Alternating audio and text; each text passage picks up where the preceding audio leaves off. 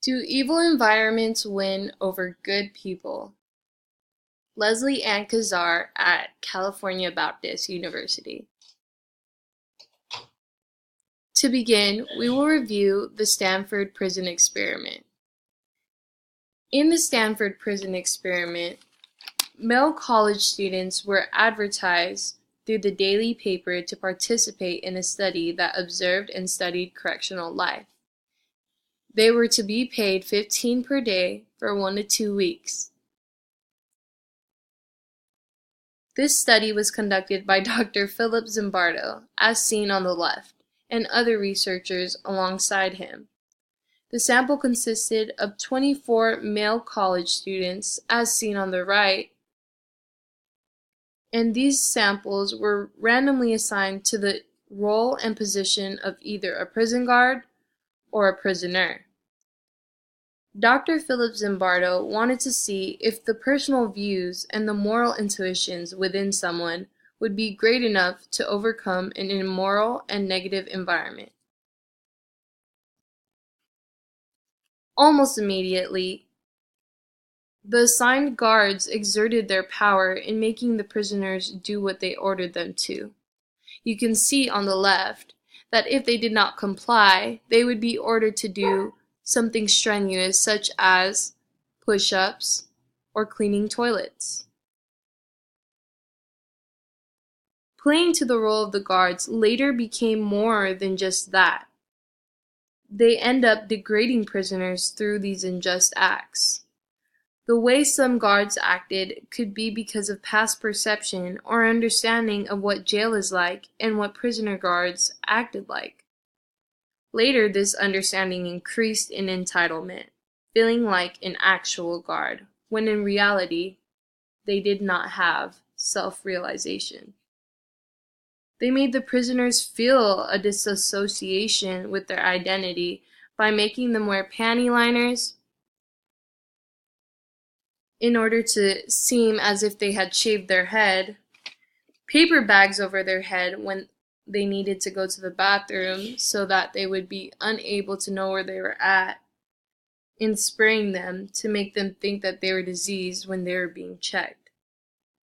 Prisoners were also verbally abused and were stripped of privileges if they did not comply, such as taking away their food, taking away bathroom privileges, or even free time.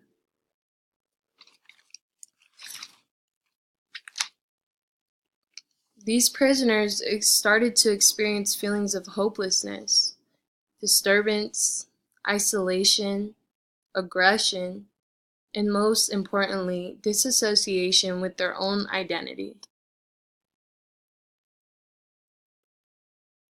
Prisoner 416 began to lose his identity, leading him to go onto a hunger strike.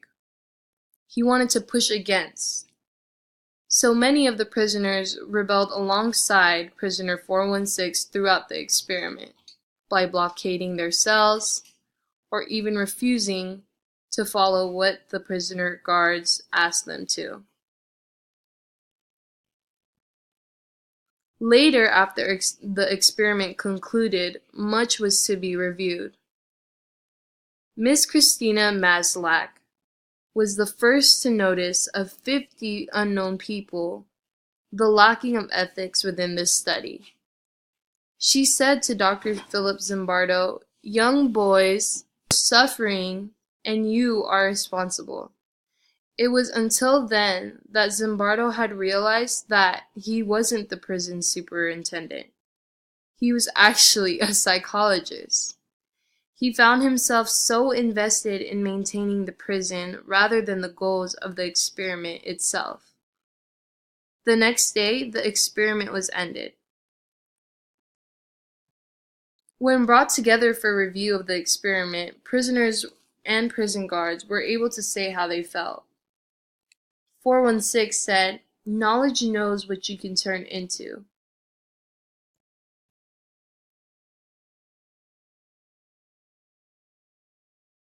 Who you are able to be, and what you're capable of, towards John Wayne, or as known, John Wayne. John Wayne expressed that he wanted to see what type of verbal abuse would push them to the point of lashing out. 416 was very angry when Jay Wayne attempted to disassociate himself from the character that he played. He communicated that when you start contributing to the script, that's something that you should take responsibility for. The parable of the prodigal son reads this: A man had two sons. The younger man told his father, I want my share of your estate now before you die. So the son was basically asking for everything that his father saved for him way before he was supposed to give it to him. Yet the father agreed and divided his wealth between his sons. A few days later, this younger son packed all of his belongings and moved to the distant land. And there he wasted all his money in wild livings. He went to parties and, who knows, probably drank and did drugs, and later his money ran out, and a great famine swept over the land, and he began to starve. He persuaded a local farmer to hire him, and the man sent him into the fields to feed the pigs. This son became so hungry that even the pods he was feeding to the pigs looked good to him, and basically what was being fed to the pigs at that time were basically leftovers, and it wasn't an actual nutritional meal. But no one gave this son anything.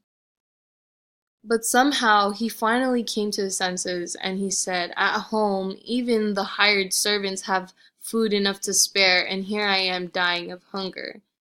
So now I'm just going to go home and say, Father, I have sinned against both heaven and you, and I am no longer worthy of being called your son. So please take me on as a hired servant.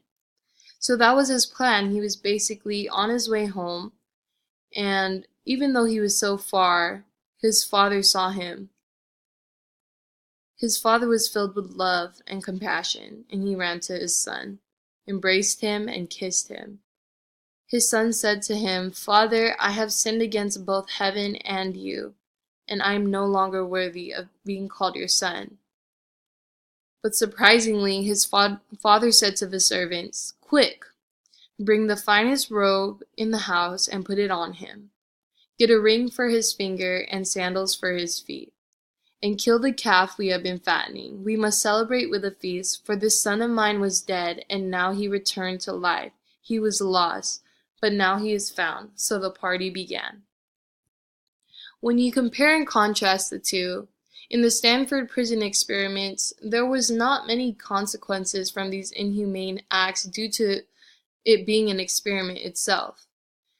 The consequences only consisted of the wrongdoings among the innocent male college students whose identity may have been affected through the trials of the experiment, especially through being verbally abused, disassociated with their identity, and also Zimbardo lost his sense of identity and found himself more focused on the prison rather than the experiment itself. The prodigal son actually faced his own consequences off of the wrong choices he was believed to benefit him. But instead of consequence, the prodigal son experienced grace. The father did not shun him because of what he did wrong, but instead threw a feast and kissed his feet to celebrate his son that was once lost but now found. You can see that in the Stanford prison experiment, the institution did have the ability to affect the behavior. And you could see that some may not participate in humane acts, but they still did not intervene. And this shows that the minds of college students are easily distorted. In the prodigal son, people are able to feel entitlement after all is lost due to their selfish decisions, but still we have hope. Our faith can be used to guide morality through the allowance of hope. With faith comes hope. In the Stanford prison experiment, many people believed into the roles that they played, leaving those with no hope to be not in control of their own circumstances. I believe that the outcome has the possibility of being different with faith-based morals because Zimbardo would have intervened more thoroughly, but the world is still constantly filled with people that are not of faith. leaving the possibility of still executing the same results.